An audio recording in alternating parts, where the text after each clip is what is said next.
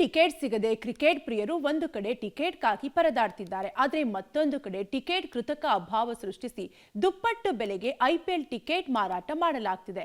ಈ ಬಗ್ಗೆ ಮಾಹಿತಿ ಪಡೆದಿದ್ದ ಸಿಸಿಬಿ ಅಧಿಕಾರಿಗಳು ಸ್ಟಿಂಗ್ ಆಪರೇಷನ್ ಮಾಡಿ ಆರೋಪಿಗಳ ಹೆಡೆಮುರಿ ಕಟ್ಟಿದ್ದಾರೆ.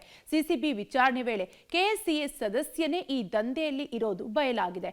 ಇಷ್ಟಕ್ಕೂ ಐಪಿಎಲ್ ಟಿಕೆಟ್ ದಂಧೆಯಲ್ಲಿ ತೊಡಗಿದ್ದ ವ್ಯಕ್ತಿ ಯಾರು, ಈತನಿಗೆ ಸಹಾಯ ಮಾಡ್ತಿದ್ದ ಕೆಎಸ್ಸಿಎ ಸದಸ್ಯ ಯಾರು ಅಂತೀರಾ? ಈ ಸ್ಟೋರಿ ನೋಡಿ. ಕೆಎಸ್ಸಿಎ ಸದಸ್ಯನಿಂದಲೇ ಐಪಿಎಲ್ ಟಿಕೆಟ್ ದಂಧೆ. ಚಿನ್ನಸ್ವಾಮಿ ಕ್ಯಾಂಟೀನ್ ಸಿಬ್ಬಂದಿ ಜೊತೆ ಸೇರಿ ಟಿಕೆಟ್ ಮಾರಾಟ. ಒಂದು ಟಿಕೆಟ್ಗೆ 15,000ದಿಂದ 19,000 ರೂಪಾಯಿವರೆಗೂ ಮಾರಾಟ. ಐಪಿಎಲ್ ಹಬ್ಬ ಶುರುವಾಗಿದೆ. ಐಪಿಎಲ್ ಹಬ್ಬದಲ್ಲಿ ಹಣ ಮಾಡಿಕೊಳ್ಳುವುದಕ್ಕೆ ಕೆಲ ಕಿಡಿಗೇಡಿಗಳು ಮುಂದಾಗ್ತಿದ್ದಾರೆ.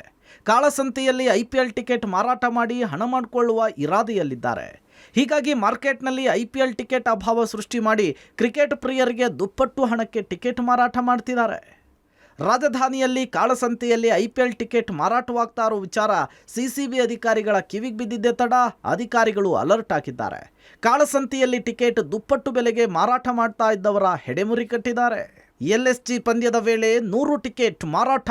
ಸಿಸಿಬಿ ಸ್ಟಿಂಗ್ ಆಪರೇಷನ್ ನಲ್ಲಿ ಸಿಕ್ಕಿಬಿದ್ದ ಆರೋಪಿ. ವಿಚಾರಣೆ ವೇಳೆ ಕೆಎಸ್ಸಿಎ ಸಿಬ್ಬಂದಿ ಹೆಸರು ಬಹಿರಂಗ. ಹೌದು, ಕಾಳಸಂತೆಯಲ್ಲಿ ಐಪಿಎಲ್ ಟಿಕೆಟ್ ದುಪ್ಪಟ್ಟು ಬೆಲೆಗೆ ಮಾರಾಟ ಮಾಡ್ತಿದ್ದ ಚಿನ್ನಸ್ವಾಮಿ ಸ್ಟೇಡಿಯಂನ ಲಕ್ಷ್ಮಿ ಕ್ಯಾಟರಿಂಗ್ನ ಸಿಬ್ಬಂದಿಯನ್ನ ಪೊಲೀಸರು ಬಂಧಿಸಿದ್ದಾರೆ.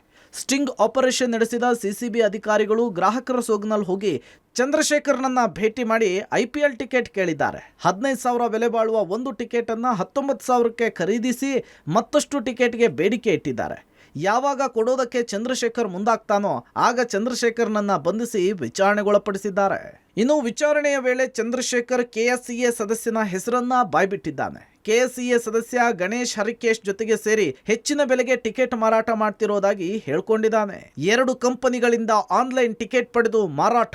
ತಲೆಮರೆಸಿಕೊಂಡ ಕೆಎಸ್ಸಿಎ ಸದಸ್ಯನಿಗಾಗಿ ಹುಡುಕಾಟ. ಕಂಪನಿಗಳಿಂದ ಆನ್ಲೈನ್ ನಲ್ಲಿ ಟಿಕೆಟ್ ಪಡೆದು ಗಣೇಶ್ ಹರಿಕೇಶ್ ಚಂದ್ರಶೇಖರ್ ಮೂಲಕ ಹೆಚ್ಚಿನ ಬೆಲೆಗೆ ಟಿಕೆಟ್ ಮಾರಾಟ ಮಾಡ್ತಿದ್ದ. ಮೊದಲ ಮ್ಯಾಚ್ ನಲ್ಲಿ 81 ಟಿಕೆಟ್ ಬ್ಲಾಕ್ ನಲ್ಲಿ ಮಾರಾಟ ಮಾಡಿದ್ದ ಆರೋಪಿಗಳು ಎಲ್ಎಸ್ಜಿ ಆರ್ಸಿಬಿ ಮ್ಯಾಚ್ಗೆ ಸುಮಾರು 100 ಟಿಕೆಟ್ ಮಾರಾಟಕ್ಕೆ ಸಿದ್ಧವಾಗಿದ್ರು ಎನ್ನಲಾಗಿದೆ. ಆದರೆ ಸಿಸಿಬಿ ಅಧಿಕಾರಿಗಳ ಸ್ಟಿಂಗ್ ಆಪರೇಷನ್ ಮಾಡಿ ಆರೋಪಿಗಳನ್ನ ಬಂಧಿಸಿದ್ದಾರೆ. ಸದ್ಯ ಸಿಸಿಬಿಯಲ್ಲಿ ಚಂದ್ರಶೇಖರ್, ಗಣೇಶ್ ಹರಿಕೇಶ್ ಹಾಗೂ 2 ಖಾಸಗಿ ಕಂಪನಿ ಮೇಲೆ ಎಫ್ಐಆರ್ ದಾಖಲಾಗಿದ್ದು, ಘಟನೆಯ ಬಳಿಕ ಕೆಎಸ್ಸಿಎ ಸದಸ್ಯ ಗಣೇಶ್ ಹರಿಕೇಶ್ ಎಸ್ಕೇಪ್ ಆಗಿದ್ದು, ಗಣೇಶ್ಗಾಗಿ ಸಿಸಿಬಿ ಪೊಲೀಸರು ಬಲೆ ಬೀಸಿದ್ದಾರೆ. Crime bureau, public TV, Bengaluru.